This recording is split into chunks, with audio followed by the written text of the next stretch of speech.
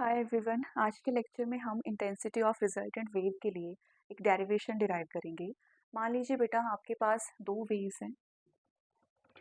First wave का amplitude a है और फर्स्ट वेव की डिस्प्लेसमेंट की value y1 is equals to a cos omega t के इक्वल दे रखी है। और सेकेंडली आपके पास सेकेंड वेव है, ठीक है, और इसका एम्पलीट्यूड भी ए के इक्वल दे रखा है, लेकिन सेकेंड वेव और फर्स्ट वेव के बीच में फेज डिफरेंस फाई के इक्वल गिवन है। ठीक है, तो सेकेंड वेव के लिए डिस्प्लेसमेंट y2 रहेगा a cos omega t plus phi के इक्वल। ठीक है, दोनों वेव्स का एम्पलीट्यूड मैक्सिमम एम्पलीट्यूड सेम है, लेकिन दोनों वेव्स के बीच में फेज डिफरेंस फाई के इक्वल दे रखा है। ठीक है, अब ये दो वेव्स इंटरफेयर हो रही है।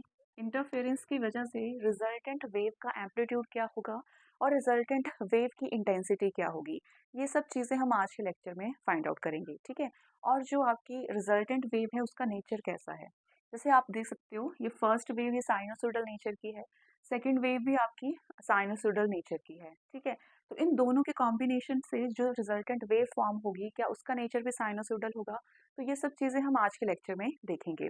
ठीक है, अब देखो बच्चे, इन दो वेव्स के इंटरफेरेंस से रिजल्टेंट वेव का फॉर्मेशन हो रहा है, जिसे मैं y से शो कर रही हूँ, और ये y1 प्लस y2 के इक्वल रहेगा।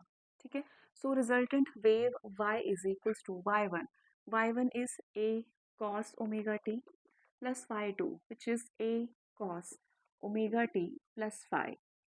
ठीक है, अब यहाँ पे हम फॉर्मूला अप्लाई करेंगे cos a प्लस b का, जो कि होता है cos a cos b plus not plus minus sine a sine b के इक्वल।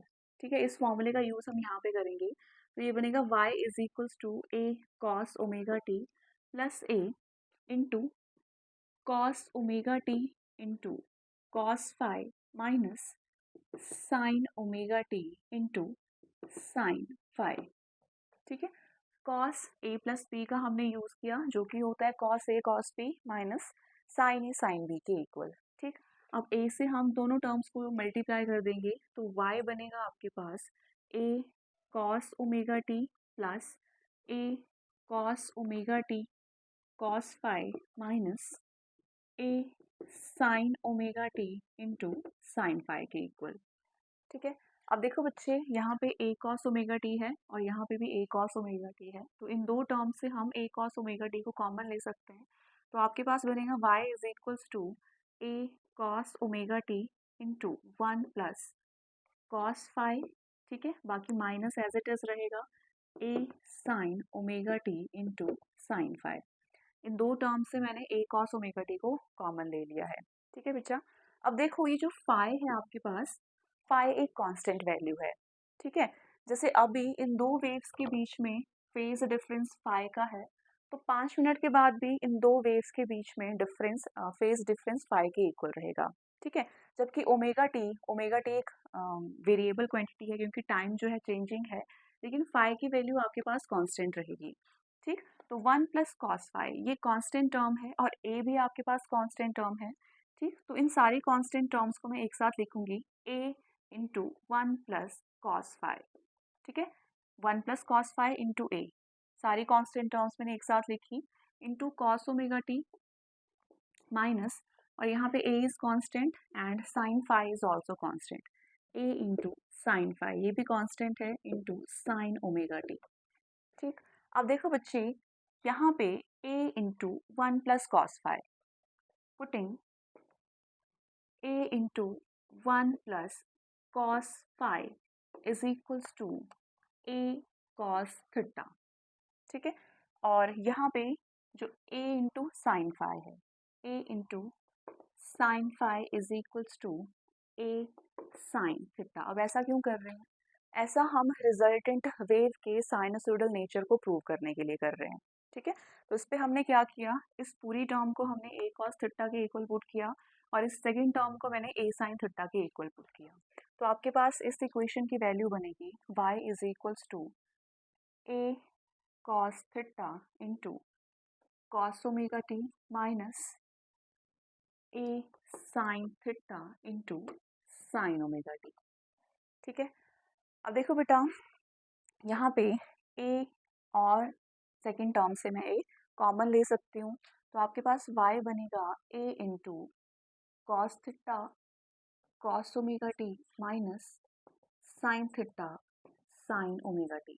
ठीक है, अब यहाँ पे मैं फॉर्मूले का यूज़ करूँगी, क्योंकि हमें पता है कि कॉस से cos b minus sine a sine b, ये कॉस ए प्लस बी के इक्वल होता है। तो यहाँ पे ये बन जाएगा y is equals to a into cos omega t plus theta के इक्वल। ठीक है, यहाँ पे मैं इसको a मान सकती हूँ और इसको b मान सकती हूँ, तो ये आपके पास आएगा y is equals to a cos omega t plus theta. ठीक, अब देखो बच्चे, ये है आपके पास रिजल्टेंट वेव। ठीक है, और रिजल्टेंट वेव जो है इसकी value a into cos omega t plus theta के इक्वल आ रही है, ये इसकी इक्वेशन है, जहाँ पे कैपिटल A है रिजल्टेंट वेव का एम्पलीट्यूड और ओमेगा टी है रिजल्टेंट वेव की फ्रीक्वेंसी। यानी कि जो रिजल्टेंट वेव है वो भी सेम फ्रीक्वेंसी के साथ मूव हो रही है जिस फ्रीक्वेंसी के साथ दो इंडिविजुअल वेव्स आपकी मूव हो रही थी। ठीक है, तो इससे हमें ये पता चलता है कि जो रिजल्टेंट वेव है वो उसका जो नेचर रहता है वो भी साइनोसॉइडल रहता है। ठीक है, अब देखो बच्चे, यहाँ पे हमने रिजल्टेंट वेव की जो डिस्प्लेसमेंट की इक्वेशन थी वो फाइंड आउट की। इसके बाद हम रिजल्टेंट वेव के एम्पलीट्यूड की वैल्यू फाइंड आउट करेंगे। ठीक है, तो इसके लिए ये मान लीजिए मैंने फर्स्ट इक्वेशन को माना और ये आपकी सेकंड इक्वेशन है। तो एम्पलीट्यूड निकालने के लिए मैं इन दोनों इक्वेशंस की स्क्वायरिंग करूंगी और साथ ही साथ इन दोनों इक्वेशंस को ऐड कर दूंगी। तो स्क्वायरिंग इक्वेशन नंबर 1 एंड 2। ठीक है, squaring and adding 1 and 2, first और सेकंड इक्वेशन की हम स्क्वायरिंग करेंगे और इनकी एडिशन करेंगे। तो लेफ्ट हैंड साइड की स्क्वायरिंग करेंगे सबसे पहले, तो ये बनेगा a square 1 plus cos five का whole square, left hand side का मैंने स्क्वायरिंग किया, plus a square into sine square five. ठीक है, इसका भी स्क्वायर किया और दोनों इक्वेशंस को मैंने ऐड कर दिया। अब राइट हैंड साइड में भी सिंपली हमने ऐसा ही करना है, a square into cos square theta, ठीक, plus a square into sine square theta. ठीक है, स्क्वायरिंग किया प्लस एडिंग कर दिया हमने इनका। ठीक, अब ये बन जाएगा ए स्क्वायर हम कॉमन ले सकते हैं और ये बनेगा 1 प्लस कॉस फाइव का whole square plus sine square five is equals to, अच्छा यहाँ पे ए स्क्वायर कॉमन लिया जा सकता है, अंदर रहेगा cos square theta plus sine square theta. अब cos square theta plus sine square theta 1 के इक्वल होता है, तो राइट हैंड साइड पे सिंपली आपके पास ए स्क्वायर बचेगा। अब लेफ्ट हैंड साइड पे ए स्क्वायर है आपके पास बाहर, और यहाँ पे मैं आइडेंटिटी का यूज़ कर सकती हूँ ए प्लस बी का होल स्क्वायर, जो होता है a square plus b square plus 2ab। ठीक है, यहाँ पे मैंने आइडेंटिटी का यूज़ किया, प्लस साइन स्क्वायर फाइव। ठीक, अब देखो बेटा, cos square five and sine square five again 1 के इक्वल होता है, तो ये बनेगा ए स्क्वायर इंटू 1 प्लस 1, क्योंकि cos square five and sine square five is equals to 1 plus 2 times of cos five is equals to a square. ठीक, अब ये होगा a square 2 plus 2 cos five is equals to a square के equal.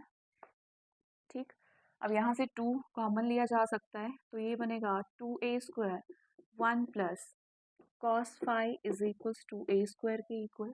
ठीक, अब यहाँ पे बेटा हम एक फॉर्मूला यूज़ करेंगे जिसके अकॉर्डिंग 1 प्लस कॉस फाइव होता है 2 कॉस स्क्वायर 5/2 के equal.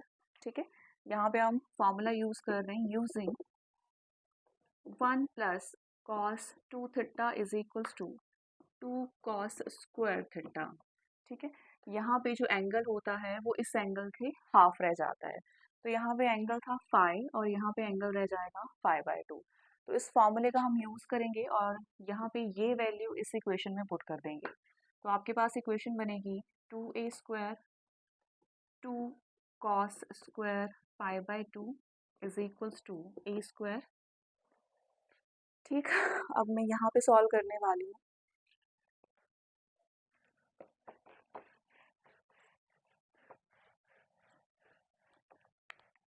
So equation becomes 2 2s are 4, 4a square into cos square 5/2 is equals to a square. अब दोनों तरफ हम स्क्वायर रूट लेंगे तो राइट हैंड साइड पे खाली a बचने वाला है और लेफ्ट हैंड साइड पे 4a स्क्वायर cos स्क्वायर 5/2। ठीक, तो ये बनेगा 2a cos 5/2 is equals to a। तो ये है रिजल्टेंट वेव का एम्पलीट्यूड।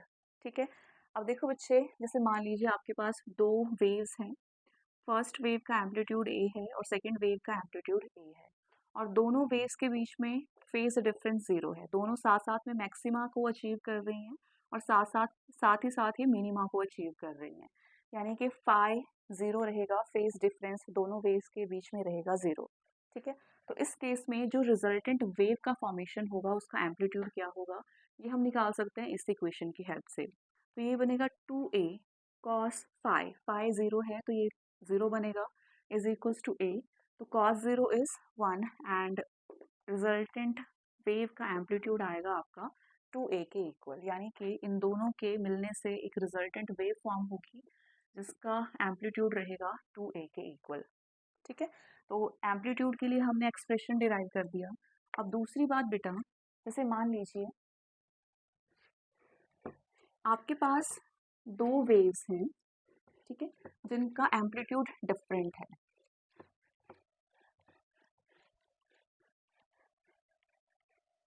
जैसे मान लीजिए आपके पास दो वेव्स हैं, फर्स्ट वेव का एम्पलीट्यूड a1 है और सेकंड वेव का एम्पलीट्यूड आपके पास a2 है। ठीक है, तो इन दो वेव्स के मिलने से जो रिजल्टेंट वेव का फॉर्मेशन होगा उसका एम्पलीट्यूड क्या होगा। ठीक है, तो रिजल्टेंट वेव का एम्पलीट्यूड रहेगा आपका a1 square plus a2 square plus 2 times of a1 a2 into cos phi के इक्वल। ठीक है, अब देखो बच्चे, जो इंटेंसिटी होती है, intensity is equals to amplitude square. ठीक, हमें पता है कि जो इंटेंसिटी का एम्पलीट्यूड के साथ रिलेशन रहता है वो I is equals to a square के इक्वल होता है। ठीक, अब इस इक्वेशन की अब हम स्क्वायरिंग कर देंगे तो ये बनेगा a square is equals to a1 square plus a2 square plus 2 times of a1 a2 into cos phi. ठीक है, अब देखो रिजल्टेंट वेव जो होगी उसकी इंटेंसिटी को हमने आई के इक्वल कंसीडर किया है, तो रिजल्टेंट वेव की इंटेंसिटी आई स्क्वायर के इक्वल रहेगी। फर्स्ट वेव की इंटेंसिटी आई के इक्वल होगी, ठीक है, आई1 स्क्वायर। सेकेंड वेव की इंटेंसिटी आई2 स्क्वायर की, सॉरी यहाँ पे स्क्वायर नहीं होगा क्योंकि I is equals to a square. ठीक है, तो i is equals to a square, i1 is equals to a1 square and i2 is equals to a2 square plus 2 times of square root of i1 i2 into cos phi. ठीक है, बहुत important ये results हैं, आपसे directly exams में इन result से question पूछा जाता है। ठीक, तो इंटेंसिटी के फॉर्म में हमने रिजल्ट निकाल लिया है।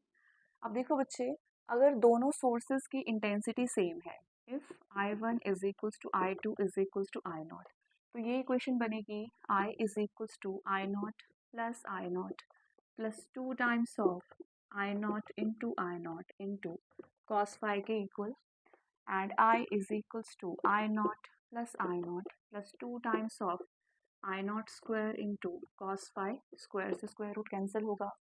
So I is equals to 2 times of I naught plus 2 times of I naught into cos phi। ठीक है, यहाँ पे 2 times of I naught और यहाँ पे भी 2 times of I naught, तो इसे मैं कॉमन ले सकती हूँ। 2 I naught मैंने कॉमन लिया और ब्रैकेट के अंदर रहेगा 1 प्लस cos phi। ठीक, अब देखो बच्चे, फिर से मैं फॉर्मूले का यूज़ करूँगी। I is equals to 2 I naught, जो मैंने पहले फॉर्मूला यूज़ किया था, 1 प्लस cos फाई, ये होता है 2 टाइम्स ऑफ cos स्क्वायर 5/2 के इक्वल। तो 1 प्लस cos फाई इसे लिख सकती हूँ मैं 2 टाइम्स ऑफ cos स्क्वायर 5/2 के इक्वल। ठीक, तो रिजल्टेंट वेव की इंटेंसिटी का फॉर्मूला रहेगा 4 times of I not into cos square 5/2 के इक्वल। ठीक है, तो ये है रिजल्टेंट वेव की इंटेंसिटी का फॉर्मूला। बहुत इंपॉर्टेंट ये डेरिवेशन है, आपसे एग्जाम्स में पूछी जाती है और इसके जो रिजल्ट्स हैं इनसे क्वेश्चन आपके कॉम्पिटिटिव एग्ज़ाम्स में बनता है। ठीक है? Thank you.